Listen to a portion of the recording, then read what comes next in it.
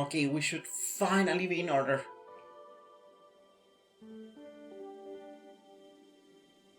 This hasn't been a clean stream, has it? Anyway, let's start now. I introduced it so many times already. This is Iconoclasts no Airswim. At the time this run was made, the world record was by DL Kurosh with 1 hour, 5 minutes, 50 seconds. No! Anyway, we're making generous use of kill jumps and also of gun boosts. Basically, we can, whenever Robin shoots a charge shot, she gets recoil, and we can redirect recoil in basically any direction we want for 1 frame. So we can gain a lot of speed, we can gain a little boost that can also help us to be basically a pseudo double jump, or we can quickly induce max wall speed. With all these now, we very quickly take over Spine Controller. We can shoot out a super shot once every 8 frames, and there is a buffer system. Basically, even if we match perfectly, the game is not going to release the next shot any faster than once every 16 frames. We can, for example, here make use of the charge shot in order to reach that section faster. We just tank the hit there. During this part, the game's HP is very generous, so we don't fear much from that. This run is being performed on a standard difficulty, which is the default difficulty of the game. We skip a cutscene, we enter this section, and we grab the wrench. The wrench is required in order to beat the game, and in order to leave this area in the first place. With the leave, we proceed to use another campus as we head out. It's important to mention that we can charge the outshot during cutscenes, so we will be doing that a lot of the time. You'll also see me occasionally shoot the enemies without any specific target. That will be mostly known for RNG manipulation. Every time I shoot a shot in this game, RNG gets changed. So we can use that, for example, to get favorable spawn position for the enemies. We can run range. We can get out of a range in basically 8 frames, which is pretty fast. We will use a boost to hang into that. It's important to mention that if we jump into while wrenching and we land in our final frames of the wrench, we will latch to the wrench instantly, which is really useful. Here we have used that if we hit an enemy, there is a short amount of frames in which they cannot hit us back, so we can basically just creep through them. We'll complete this entire section very quickly, and here we're gonna perform an important skip. We're gonna wrench that, and we're gonna skip that entire puzzle. That thing is really precise. It's also used RTA, but RTA has to use a post-buffering measure, because otherwise they simply cannot leave the ledge before Robin is forced to fall. However, this is TAS. We can just do frame perfect maneuvers, like it's no hassle. You've noticed that I had to stop for 2 of these treasure chests so far. This is because we will require materials. Materials are required for Twig system, in which basically we can equip several modifiers to how Robin works. We'll be equipping 2 twigs during this. We'll be crafting and equipping 2 twigs during this run. We'll be using the Dodger twig and the Fleetfoot. Dodger twig gives us a roll dodge, and Fleetfoot increases our speed by 50 units. The fastest amount of speed that Robin can normally have while running is 470. However, if we use a gun boost, we can get to 600, and if we use the slow boost, that is jumping out of a slow slide, we can get to 700. That's why those 2 will be our primary ways of motion. Here we have completed a short sequence in which Elra asks us to go get an ivory battery. We collect it and we enter this cutscene. Here now we are about to enter the stealth, one of the few stealth sections of the game. We open this part, we launch this box. It's important that we launch the box while we're airborne, because that allows us to keep moving. If we try to release a box while we are grounded, Robin will stop moving. This section is particularly tricky. In this section we are not supposed to move more than 7 of those strokes. The game will stop us at the 8th loop. However, we can very slowly inch forward if we shoot and move in the same frame. That is because the game will actually push us forward, but cancel the crawling motion into shooting. That was found by me, and then Serena helped optimize it. In this section, we're gonna use a cancel trigger that exists at the position X2700 in order to achieve this glitchy state in which Robin can basically move during cutscenes. And then we're going to proceed to completely skip Garthang. This is a more powerful variation of the one on RTA because we don't need to use the setup, which would involve hitting the cutscene near the church. Instead, we can just directly hit the position and do it much faster. Now we're entering Chart Wastelands. We collect the first schematic in order to craft twigs. However, we won't be crafting the next week anytime soon.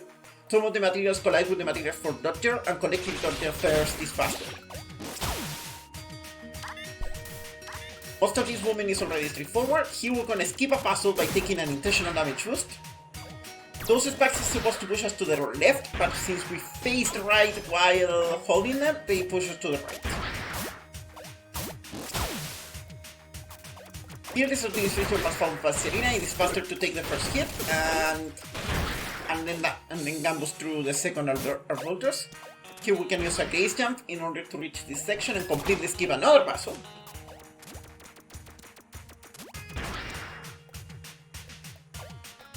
This jump is actually pretty precise. We're now going to take our chance to collect yet another material. I'm going to activate the note, jump, there is a 1 frame jump in order to preserve our speed, and we grab more material. In this case, an ivory ore. Jump out. Here we shoot downwards because shooting in any other direction will hit one of the enemies around us, and it is not any faster to shoot behind us because that would require us to lose speed.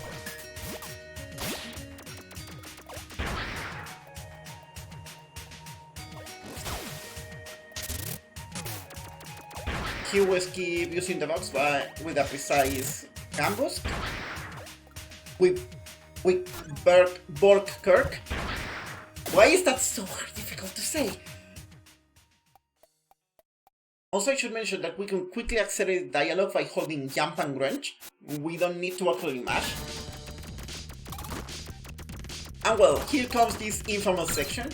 We need to make sure that the soldier carries every single one of the boxes correctly, and if circle and triangle never get mixed, we lose. In true Tool Assisted speedrun fashion, I try to make this section as entertaining as possible. It's also worth mentioning that the guy will not grab the next box until he is on ground level. As such, we need to make sure that every single time the guy is able to reach the floor at the first possible frame. That's basically the only optimization in this level, the rest is just me being silly. Like trying to deliver stuff at the last possible frame simply because it's funny, scaring the guard because it's funny, and keeping my weapon charged because it's funny. Anyway, we just collected the roller bomb shot. For those who have played the Smash 4 or Ultimate, it basically works like the bomb attack from Me Gunner. It will deliver a bomb that will slowly roll through the ground. However, we can also aim it in all 8 directions.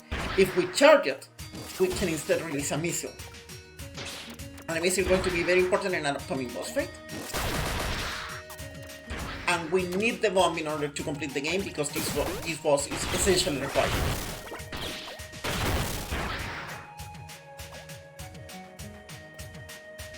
With a big jump there, we do another charge shot.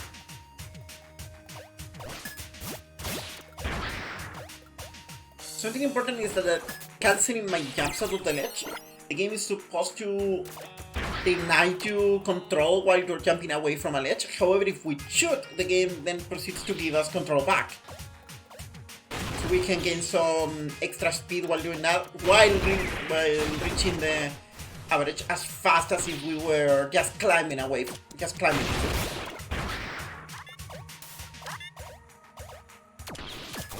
So we're gonna proceed to do a half skip.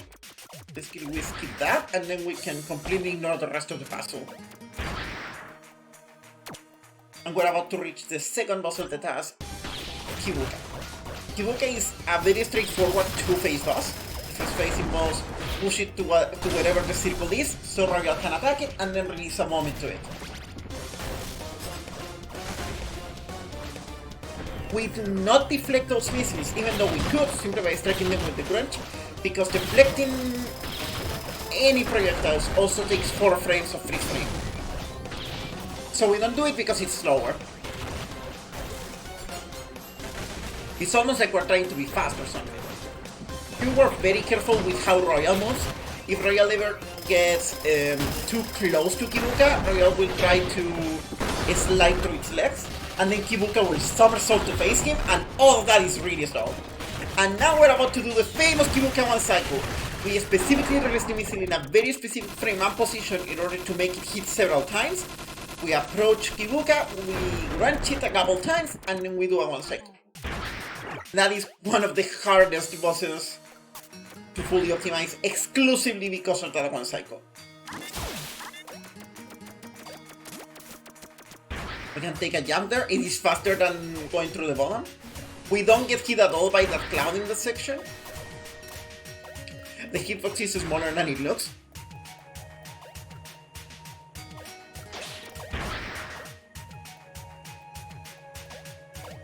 Proceed to this section, we briefly stomp. We enter this cutscene, we release charge shot, and we stomp again in order to exit this part. And we're going to be hitting a train really soon. In this part, Robin gets captured and boarded into a train.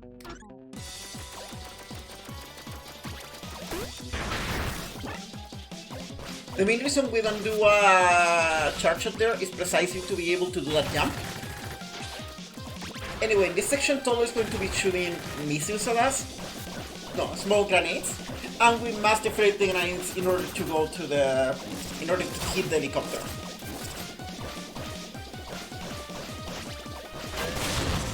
The main catch with this section is that Tolo will constantly try to stay a specific distance away from Robin to give us enough time to react to his grenades.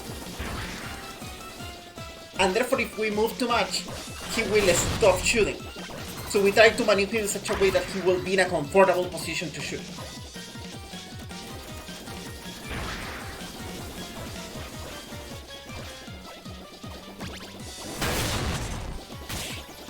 We also here deliberately hit Tolo because the copter will first try to grab Tolo, then back away.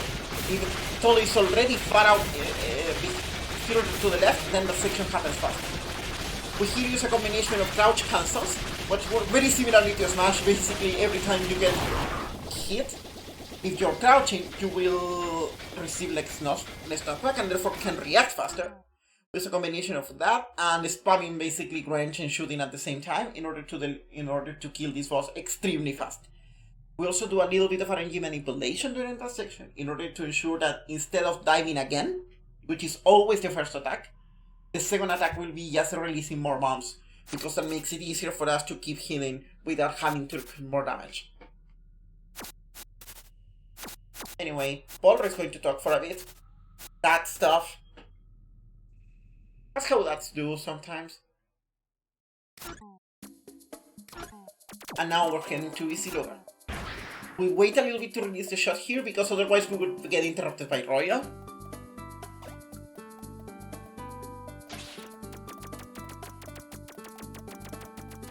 Make it to the other end. We talk to Mina from this side because that will make Robin move to the right, which is where we want to go afterwards.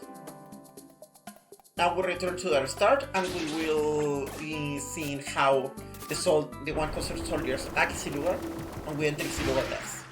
Then we release a shot with recoil downwards in order to trigger that cutscene faster. Swimming in this game there are two ways of swimming: slow swimming and fast swimming. If you just move with the D-pad or with your control stick, you will exclusively swim slower at around 200 units per frame speed. If you press the A button, you will swim fast. You will be given 350 speed, which will decay slowly. Therefore, the fastest way to swim is to mash A every other frame, which you can basically hear now. That will is faster if we just tank it. We release this ball in the first possible frame. to restart from in the first possible frame. Sadly, it is not possible to reach that platform with a single with an ambush from that position. I tried, believe me. Here we skip half of that puzzle. We release 2 bombs here. The Alberto gets spinning around us and never actually notices it. It's also really important that Robin can drown in this difficulty. If that meter ever runs out, Robin will start swimming much slower and will gradually lose health. We explicitly route swimming around those difficulties. And we also charge, release it, we enter this cutscene, again we enter this cutscene. Here we're gonna briefly avoid those fish in order to grab that key. It's also really important to mention that there is a technique found during the development of the task which allows us to quickly charge our gun if we start charging during the first 30 frames, during the last 30 frames of our previous cooldown. Here we use the dev-intended skip to skip all the left part of this puzzle.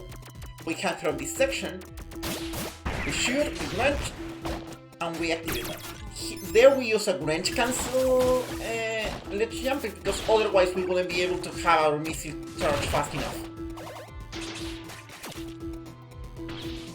Here we try to manipulate our monsters to never get hit and to never hit us. If they hit themselves because they can, it's perfectly fine. Here we're gonna take a detour in order to reach this specific section, and we're going to collect the Parkour Schematic here. The Parkour Schematic is required in order to craft twigs. I also lead a bomb shot during that section in order to reach this part faster. We're not supposed to craft twigs here, however we can press the weapon swap button and force the game to back us out into the twig crafting menu, which allows us to completely bypass crafting stations. And here we're gonna start seeing some of the power of Dodger. If we use Dodger to dodge into water, our hitbox during swimming is much smaller, and that allows us to cut corners much faster. Also, if we dodge into a cutscene, our momentum is not cancelled until we touch ground, and then we start slowly sliding away. That allows us to keep momentum into cutscenes. That will be really useful later, because cutscenes will not usually start or will not be skipped out until Robin reaches a specific position in the room. And therefore we can use that to reach that position faster. Here we set up both fish, we release missile bomb, and we execute a double kill jump plus gun boost in order to skip having to use that key.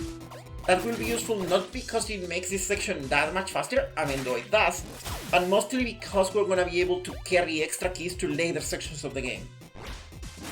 Here we can see how useful Dodger can be. We can basically platform cancel a Dodger by forcing it to recovery while we still have some momentum, and then we can slide off whatever platform we were, and Robin will be immediately put into falling position, to falling animation, which means we can basically automatically skip the recovery. Here we have the final key, and we have this short section in the Super Metroid room where we're supposed to kill these controllers. This one I am already charging. I manipulate that in this way to approach.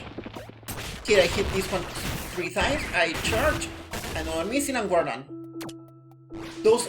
That's the fastest way to do it before they actually get into the R2-D2s, as I forgot the name right now, because otherwise they would be much slower to kill.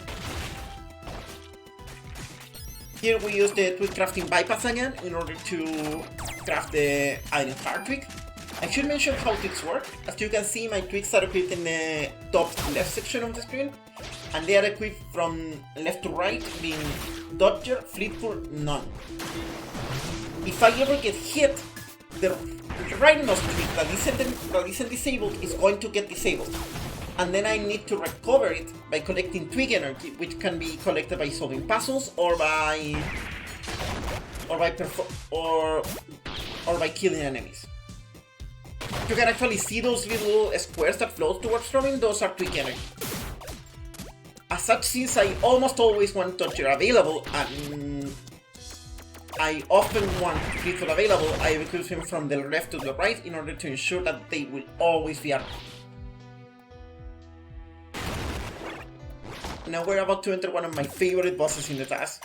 Even though this boss now looks really outdated because Serenia found a much better strat for it. This boss is a stack mechanic. We'll be controlling this side of the team with Robin and the other side of the team with Mina. Mina has a revolver, she can slide, we can move this really fast. We're also manipulating RNG so enemy patterns will be as far out as possible. We can really quickly get this kill. Also, you probably notice, if I jump with any of these characters while they are before they do the tag, they will keep jumping during the tag animation, and that can lead to Robin standing in the middle. Anyway, that was Inti. It's much faster it looks much faster than I'm able to describe it. I think mostly amounts to a lot of RNG and it looks like a really chaotic fight. Anyway, this platform goes, and we're about to enter a short auto-scrolling section.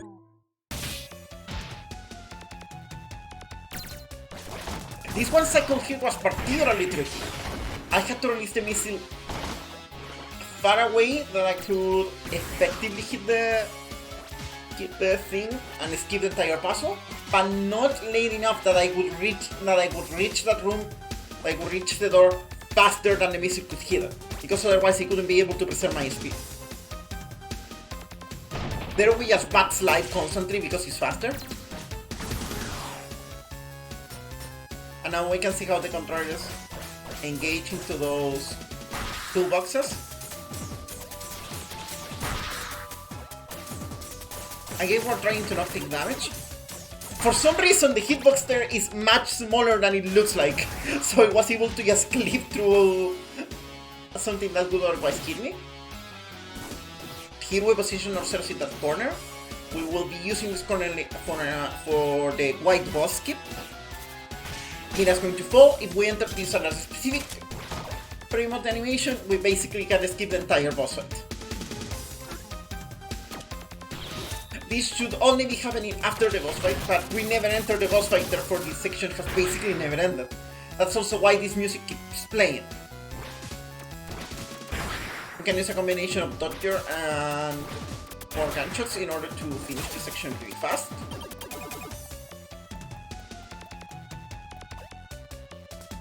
We will be able to carry this speed all the way up to the top floor. Here we use another fast charge in order to here, and here's the soldier raid. This is the most RNG heavy section of the run. We need that soldier to jump into our shot. We are able to barely hit the defender on the head. We do the same here. If we are close enough, we can basically hit both of them through their shields. We release a missile that hits both enemies in the previous zone. We do the same idea here.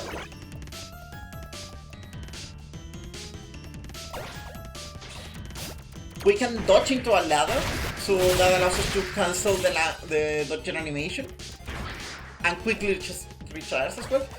Here's the funniest shot in the task.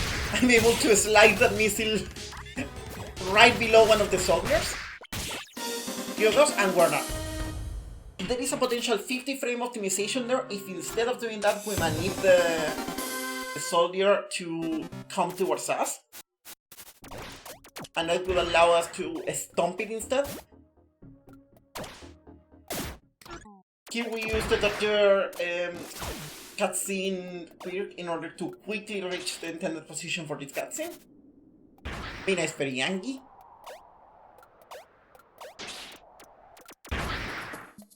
You already know how this goes.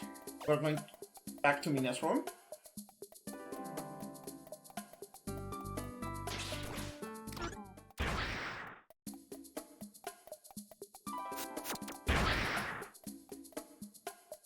We talk to Mina with a specific purpose. If Mina is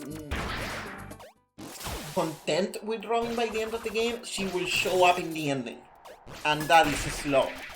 Such, we talk to Mina at the start, for no matter what we tell her during that cutscene, she will be mad with Robin. And therefore she will not show up in the final boss, which is fast. We also here made the first usage of a Quantum Nip in order to skip having to use one of our keys. A Quantum Nip works basically by forcing the game into delaying a transition, an area transition, and we can do it simply by holding gun, by holding our shoot button while charging a shot, and dodging into, and using dodging into an area transition. We're going to do it here again. And that also allows us to completely skip the entire backtrack towards Chocolates. Because we are now going to be able to use fast travel earlier than intended in order to reach Chocolates. Chocolates is the first location where you're supposed to acquire fast travel, and as such fast travel to Chocolates is unlocked by default.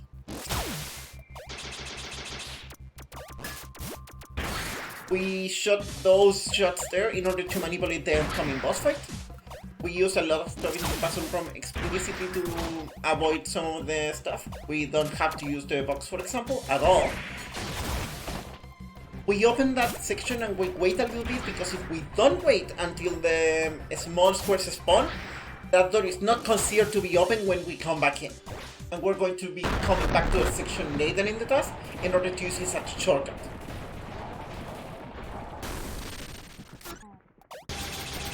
Anyway, running into the Carver boss fight, we manipulated Carver in order so he will perform this attack first, which allows us to basically one cycle this entire fight.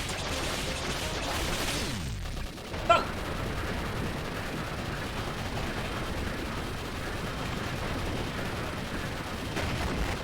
But Carver is not done with us. This is Carver phase 2. For this section, basically, Elro is going to throw his sword at Carver, and we're able then to hit Carver with electricity. We also spam a bunch of shots at Carver in order to manipulate RNG, so Elro will release the sword as fast as possible. And in order to avoid any rubble, because Elro will refuse to release his sword if Carver has released any rubble nearby.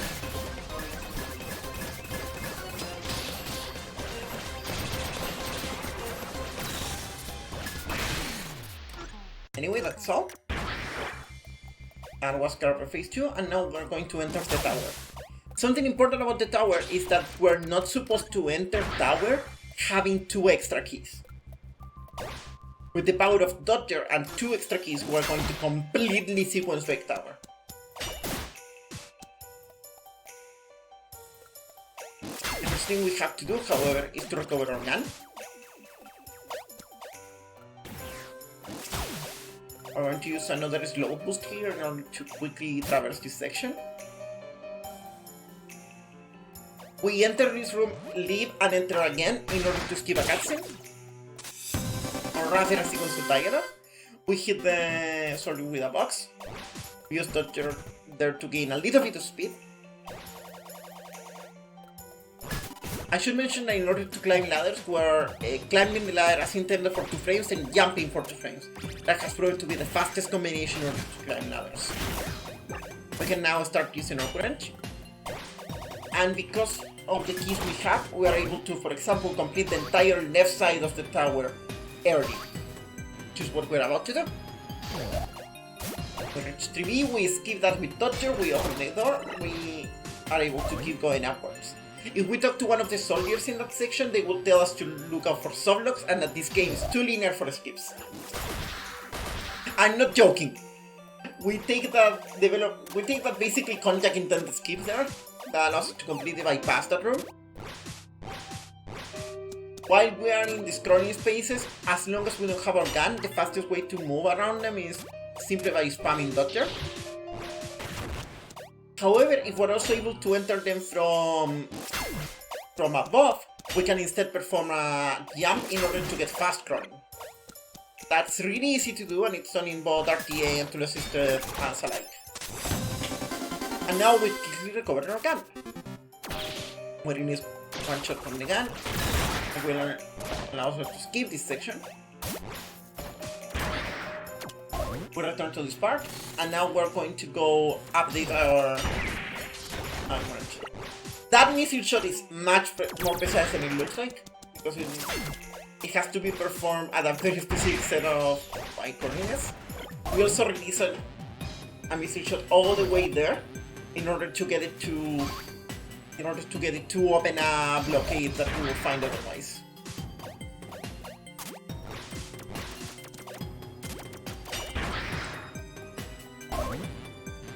Another check, we're going to need 4 keys by the end of this section. We technically only need 3, however grabbing an extra key is going to help us later.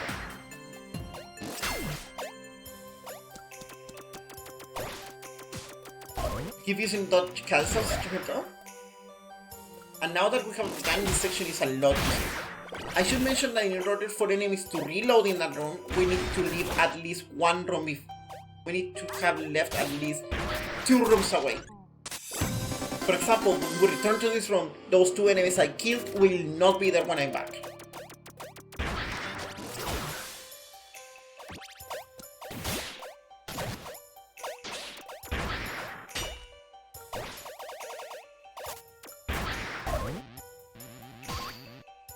Anyway, we're completely done with the left side of tower now, so we're gonna be moving to tower right side.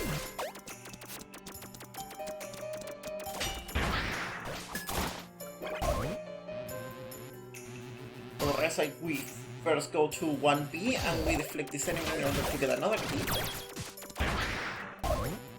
This sequence rank also allows us to completely avoid the first version of Silver Watchman.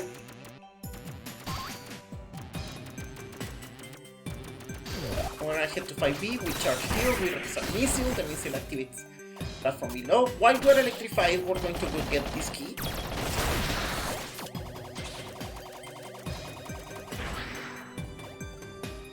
And now we're gonna go get the final key. The final key also acts as one of the story triggers, because it has another cutscene.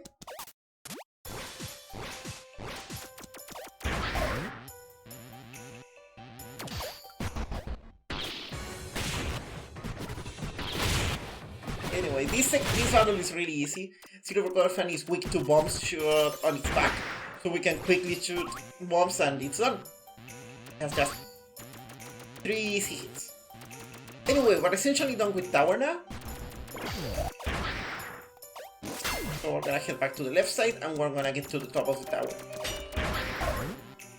In this part I want you to notice that we're going to stop at an unusual floor.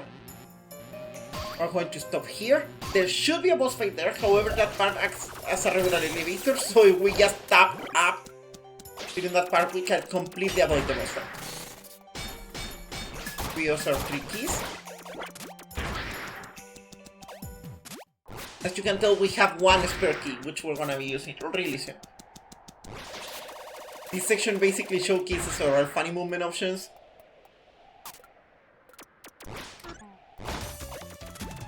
Climb up, we release this, and we basically left tower. We're about to enter Dark Place, and Dark Place is one of the shorter sections of the task. It's still quite funny nonetheless. We release that in order to remove blockade. We use Dodger Cancel to reach execution faster. A lot of this was really hard to task properly because yes, we cannot see the map, and I haven't been able to find how to see the map yet. If anybody wants to help me data mine this game, please. I need to figure out how to RAM address this game. A lot of this was done without any pointers, just trying stuff until it worked.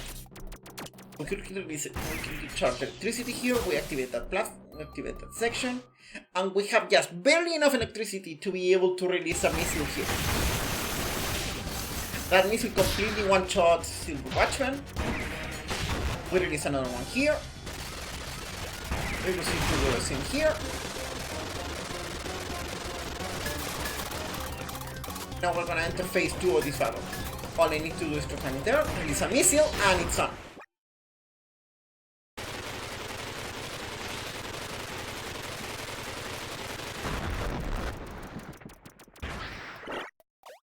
Now walk to the left. If you wonder why I'm not releasing the charge shot any sooner, that's because there is a wall that while the boss is not dead, it won't allow us to go much further than it. So I actually have to wait until the boss completely despawns in order to move that much. And if I hit that wall while I'm at charge shot speed, I won't be able to carry that speed. We're going to grab one extra key here.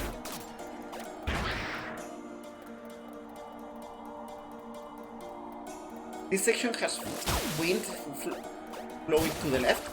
If that wind grabs us moving to the right, where we move slightly slower. If we move to the left, we'll be moving slightly quicker. Okay, once again with that underwater, but able to quickly release this missile to get there. The fastest way of swimming here is by using dodger in order to quickly reach. We jump over the water. Once again, dodge into a cutscene. We talk to Royal. Royal is Royal, so he probably said something stupid like he does. We jump into section. We deflect the missile in order to kill that enemy fast. We charge our shot. We keep climbing. We use another dodge cancel. This room is particularly... This room and room coming are really fast tumbling. We charge electricity as we get out of this room. We use it. We shoot downwards in order to completely bypass that puzzle. I mean, we're not bypassing the puzzle as much as we are solving it much faster than intended. We have to be careful with those enemies that are releasing lasers. Those lasers can hurt us for a surprisingly long amount of time. And here we enter the auto-scroller to end all auto-scrollers. This is a 5-minute auto-scroller.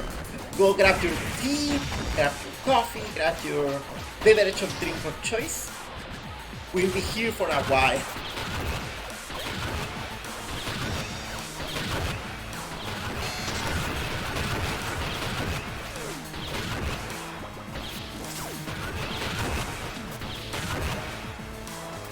We need to kill 3 controllers, these 2 and the next one. No other controller in this section needs to be killed. We do all that basically the first possible frame in order to guarantee that it will be Royal starts moving as fast as possible. And now we cannot kill these controllers because that would induce freeze frames. So instead we just move around them, we hit them a couple times, and now Robin is so powerful that they just despawn. This section is also super interesting. We're supposed to constantly keep the Omega controller at bay simply by releasing bombs towards it. We only need to kill one enemy in this section in order to keep going, because we'll be finding that there are hatches that we need to open. And those will only be open if we wrench towards them, and one of them happens to be too close to an enemy, and there is no way to get it open without killing it.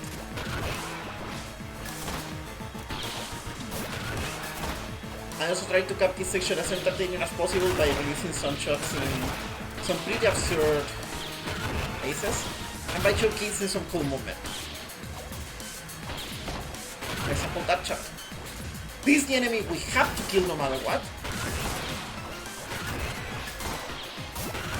I think there might be a way to not kill it now that I think about it, but I'm not certain it will work. Because it's likely that even if we don't kill it, what would happen afterwards is that Robin would take damage and therefore we wouldn't be able to actually open the thing. Anyway, we're in this final section of the auto-scroller. Once again, just spamming some tech.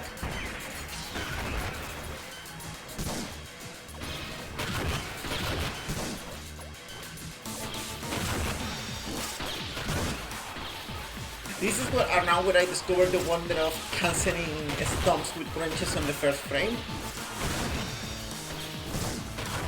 Also some power crouching there because Robin has been doing her squats.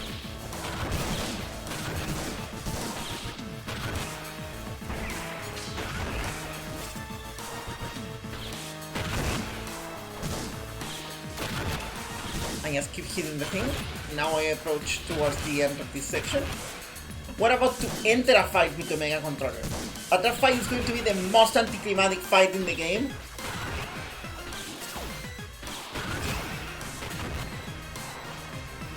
I prepared beforehand by charging electricity. We get electricity in the last possible frame. I don't enter this part. We head to run to the board, we release the missile, done.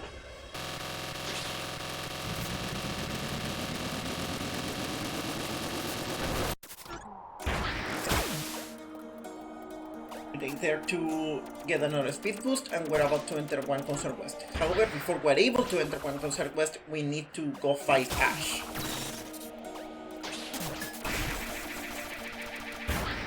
While we're electrified, we're able to ride those cable networks.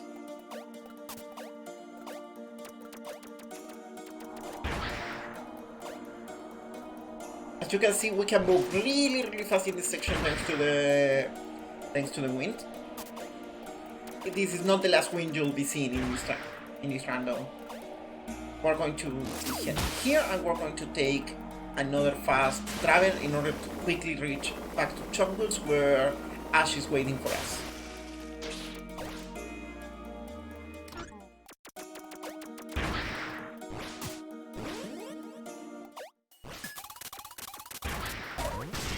We go to Chocowoods. It's faster to do that jump and release the shot on our way to the elevator than actually using the shot, for example, to fall fast. I had to time all that. It was a lot of work.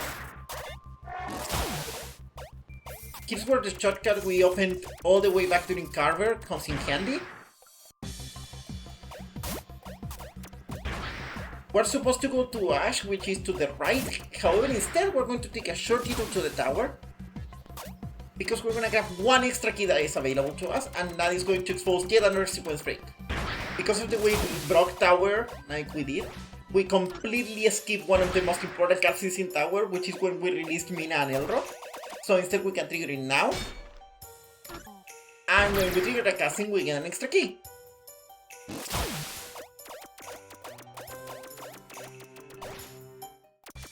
Once again, we're making generous usage of Quantum Leaps in this section. If you notice, also one inconvenience of Quantum Leaps is that they cause the screen to flash for a while. There's going to be a really bad section of that later, and I'm going to warn all of you. If you have photosensitivity issues, please keep that in mind. I'll let you know when it comes. Anyway, we're about to enter to the Ash fight. We're going to hide from Mina there. We are waiting now for Ash to show up down there. We release the missile really quickly. And now he's going to show up from the left. And we release the missile, and we just run towards him because it's funny.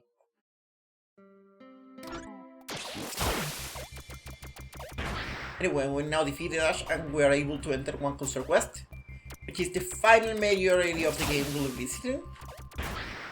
And people might be thinking, wait, what do you mean the final major area? There's still like one half of the game to go through. And you're not wrong. But this is how the no Airswim category works. During most of the no Airswim category, our goal was to be able to reach Impact Zone, which is the final zone of the game.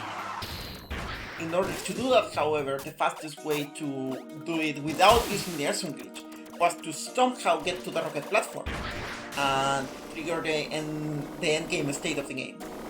The fastest way to reach the rocket platform is using the fast travel location in One Concert West for a specific glitch that you'll be seeing in about 10 minutes.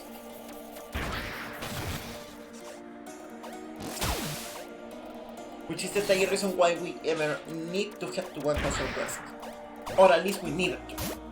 When this task was done, that was the fastest run. At this moment, however, and actually one day after this task was finished, a new method of doing that was discovered, in which we can basically do it immediately after Easy Lugar, and we can completely skip this entire part. That's why if you go to spin.com right now, you will find that the world record is 20 minutes faster than this task.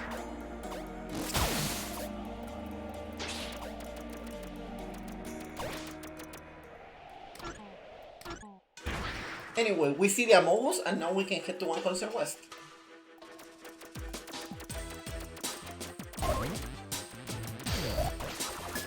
You can also tell that I have one extra key. After I took a detour in town in order to get I took a detour in Shortcuts 2 in order to get it. That key will allow me to skip a 1 minute long puzzle. I think it's more than 1 minute actually, I never typed it. Anyway, we can skip this entire section with some proper boosts. And this entire puzzle we can skip. This is one of the most this is one of the longest puzzles in the game, so thankfully we can skip it.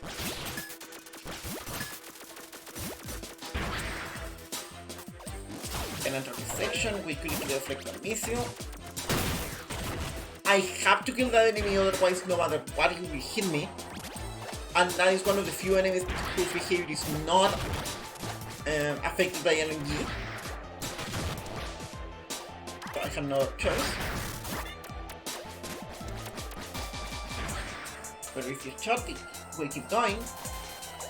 We're going to do some quick dodging and shooting in order to avoid the lasers. And we get up the final shot of the gun, the supercharge, which allows us to swap positions with stuff.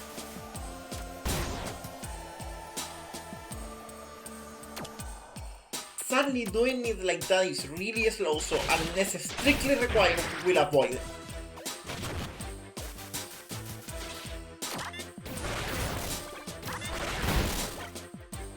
It also charges really fast, however, so that's really convenient in order to gain gun boosts.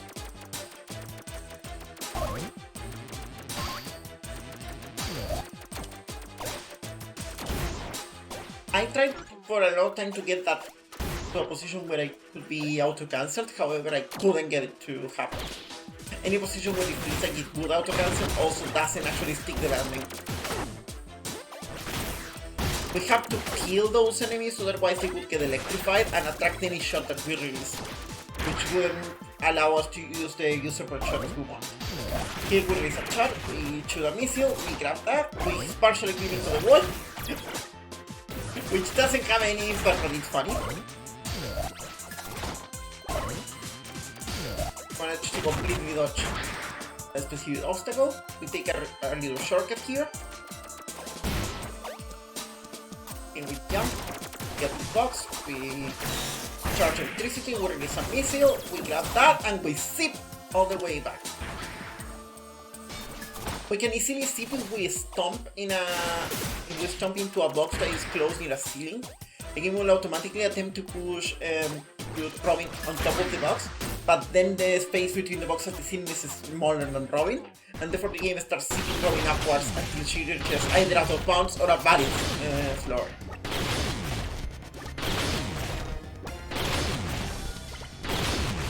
Now we're supposed to kill Blocker by using the super shot, but we can just stun lock it.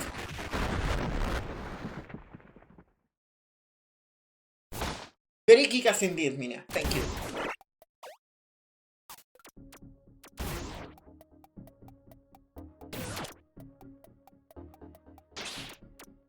In this part with this dust, which is basically the dust of dead people. Yes, this game gets dark. We have to try to stay in as fast as much as we can, because if we try to move in the dust itself, it's just really slow.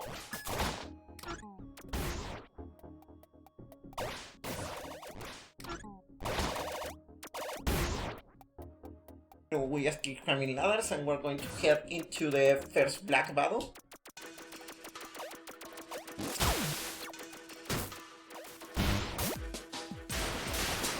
Here we don't take an intentional hit, instead we can just do that.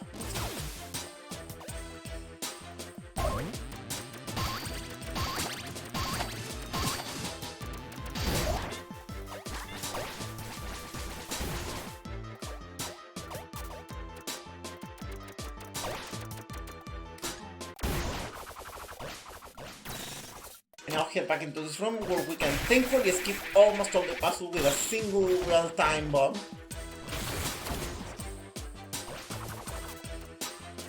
now how to climb this section. While we're in a cloud of smoke, Robin will hold her breath, and therefore she will, and if she ever stops stabbing her, she will slowly take damage. Or we can thankfully complete that section before she dies. And that incurs no movement penalty, unlike swimming. Now we're about to enter the black fight, and the black fight is a doozy. In this difficulty, and in any other difficulty other than challenge mode, she will always open with this attack that is called to leave us as the minimum HP possible for us to survive any upcoming attack. As such, we need to somehow get more HP, which is why I killed that enemy earlier. And depending on how much damage she's taken, she will try and grab us again. We specifically manipulate her damage to make sure that she will grab us no more than twice, which is the minimum she can grab us.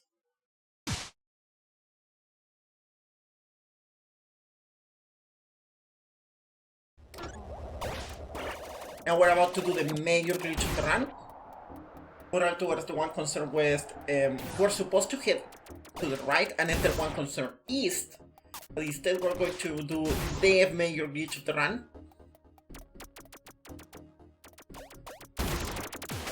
We enter the one concerned west fast travel location by using Dodger. We basically quantum limit of fast travel, and turns out that right below fast travel we can find one of the rooms in Rocket Platform. Rocket Platform is one of the end game areas of the game and will allow us to explicitly trigger the end state really soon. We're using a combination here of gun boost and using Dodger cancels in order to move faster. Dodger gives us really good speed, but we need to cancel it for it to be worth it, otherwise it is not.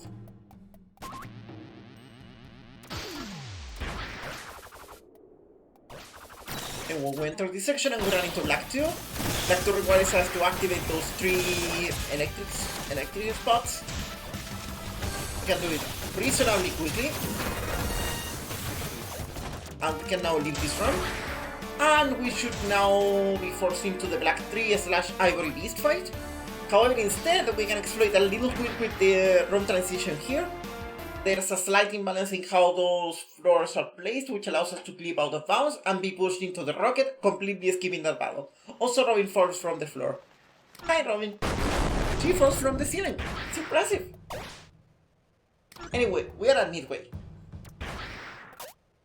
We're really close to the end of the game. This section plays with low gravity, so you will see that Robin jumps higher than usual.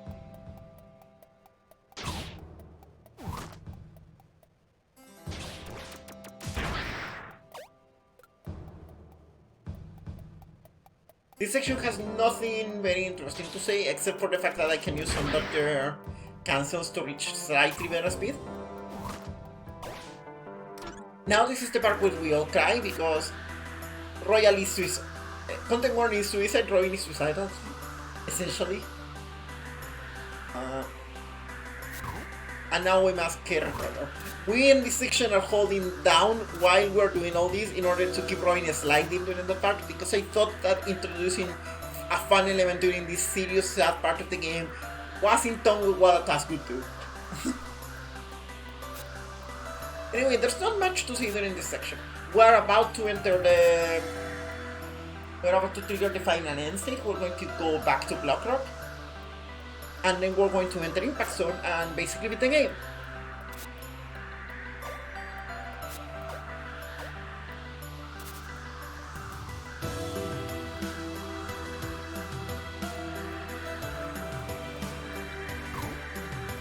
That's so true. Thank you, Alfred. I mean, according to the Switch trailer, this girl has dumbbells at home. Like, she trains. She would make for an excellent Ring Fit Adventure speedrunner. Anyway, we can finally release Royal in this section.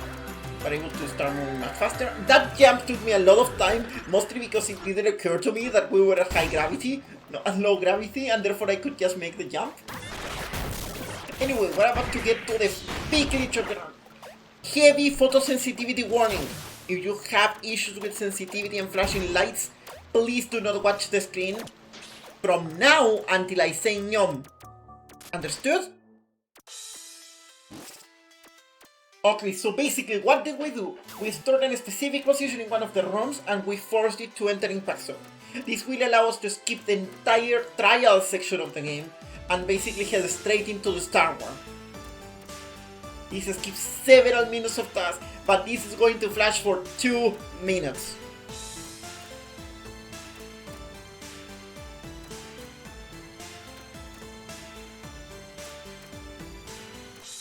Anyway, we should be almost done. Okay, Nyom, you can look back now. We're about to enter the Nightmares. The Nightmares, sadly, are one of the toughest things that we haven't been able to fully figure out yet. The game has what is called essentially a friendship system, where 4 main characters that includes at least Elro, Polro, Mina, and Royal have different friendship meters depending on what we do. And if they are fully pacified during their section, like if we are in good terms with them, they will not attack us during this section. However, because that would be determined by dialogue choices. However, we skip all cutscenes, and when we skip cutscenes, a random dialogue choice is selected. We also here make use of one of my favorite glitches in the game, the infinite wrench glitch. If we activate the wrench while we transition between nightmares, we can basically get a jacket that will remain active during the entire section, allowing us to quickly activate the sunflowers. And now sadly we have to deal with the black nightmare, which has to be shot.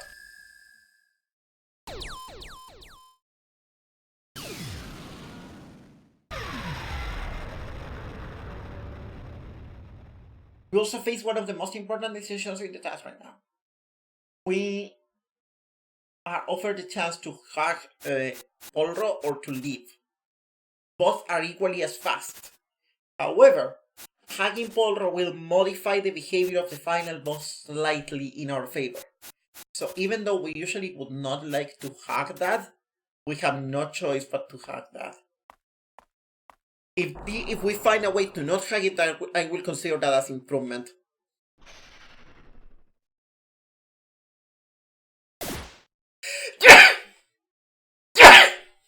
Anyway, here's the star one.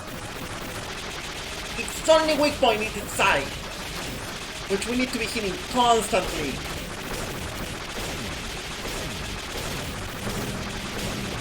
Use a combination of super shot and regular shots in order to keep it getting hit.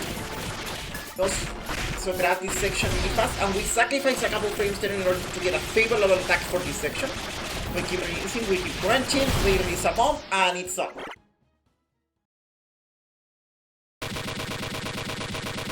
And now we're about to face the final boss of the fight. I release a couple shots there in order to set up RNG as favorably as possible. Because this part versus Raven Peak is going to be really tough. Don't blink. So, Bearman has a lot of attacks. It's extremely RNG heavy. If you see, I'm constantly trying to shoot in quality range, and I'm deliberately switching weapons with the explicit intention not only to keep my hit meter at bay, but also to manipulate RNG. It is extremely favorable. It's extremely important to keep it as quickly as possible. We manipulated RNG as best as we could to an extremely fast fight, and it's done.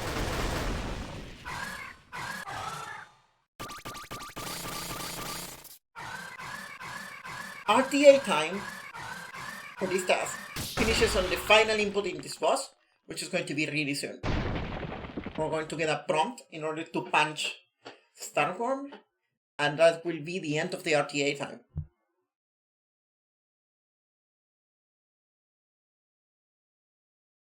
Discounting the 16 seconds that we lost at the start because RTA time starts from file select.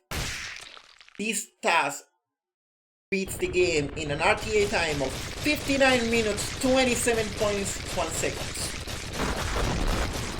That is 6 minutes faster than the world record at the time, which was 1 hour and 5 minutes 50 seconds.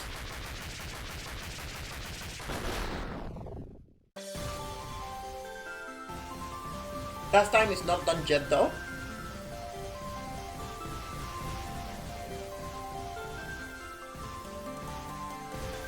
But we're basically just at the end of the game now.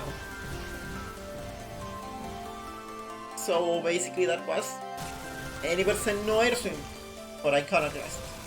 As I mentioned before, due to the new skip, this is basically the final run of Iconoclast no Airswim as we used to know it. This category is basically dead. Once was. But I would dare to say it went out with a bang. This task was essentially 7 months in the making. I started it around early June in 2021. The first version of the task was completed in late August. However, several revisions were done in the meantime, and this is what I consider to be the final version of the no Airswim task.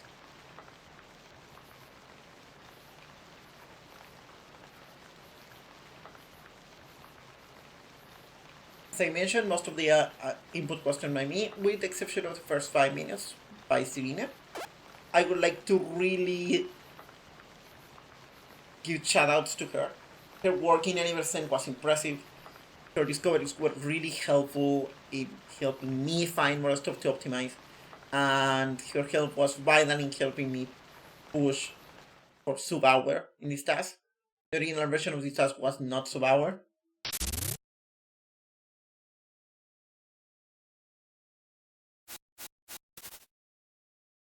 We're almost done. A little bit more than enough with Elro. Robin is tired. She just saved the word in 1 hour. I would be tired of her, but you as well. For her as well. Time. And that was Iconoclast. No Airswim to assist the speedrun. The final task time of this input is 1 hour, 2 minutes, 10.27 seconds. This task was made with Lifters 1.4.2 and a specialized library for tool assisted speedrunning for making tasks of Linux games. This was made with the Linux version 1.15. Thank you.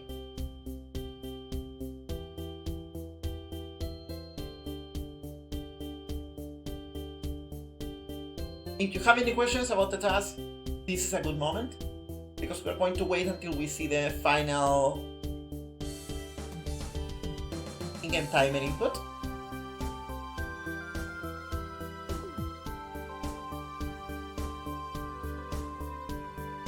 Play Iconoclasts, please. That's all I can tell you.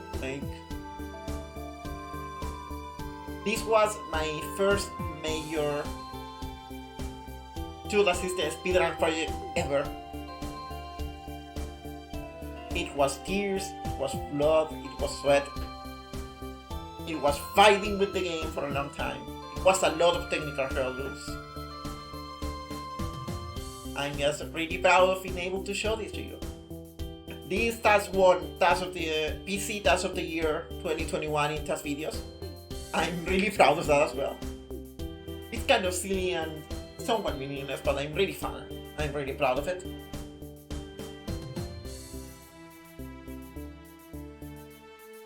And I'm just really happy to be able to show one of my favorite games. If you have any commentary to mention, please do it now.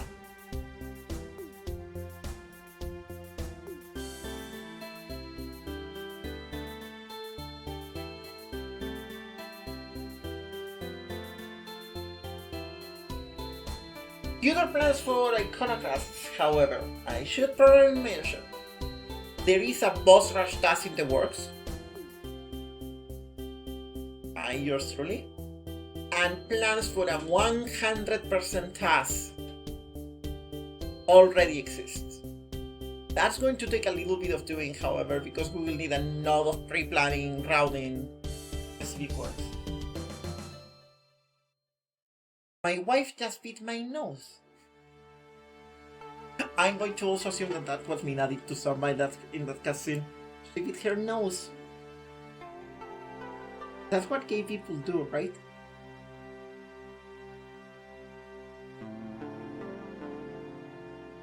Anyway, plans for Iconoclast tasking in the future?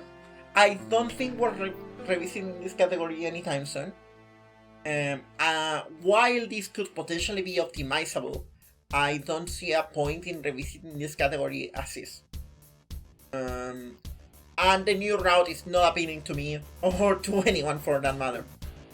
Lethal Boss Rush Dual Assistance Speedrun is in the works. I'm actually working on it, not as we speak, but I've been working on it for a while. And no major skips task is being considered, but I kind of want to do that after I'm done with 100%.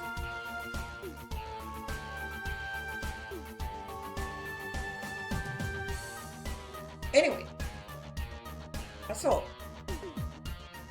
Thank you so much for watching this. If you haven't played Iconoclasts, I recommend it wholeheartedly. It's become one of my favorite games.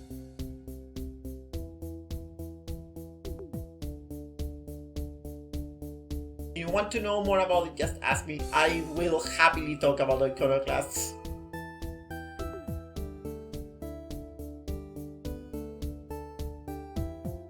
Thank you very much for tasking Iconoclasts. Goodbye. Until next time.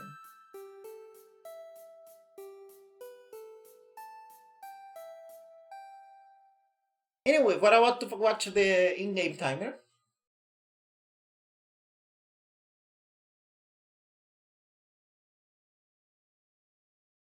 But once again, this is it. Thank you very much for watching. And have a good night.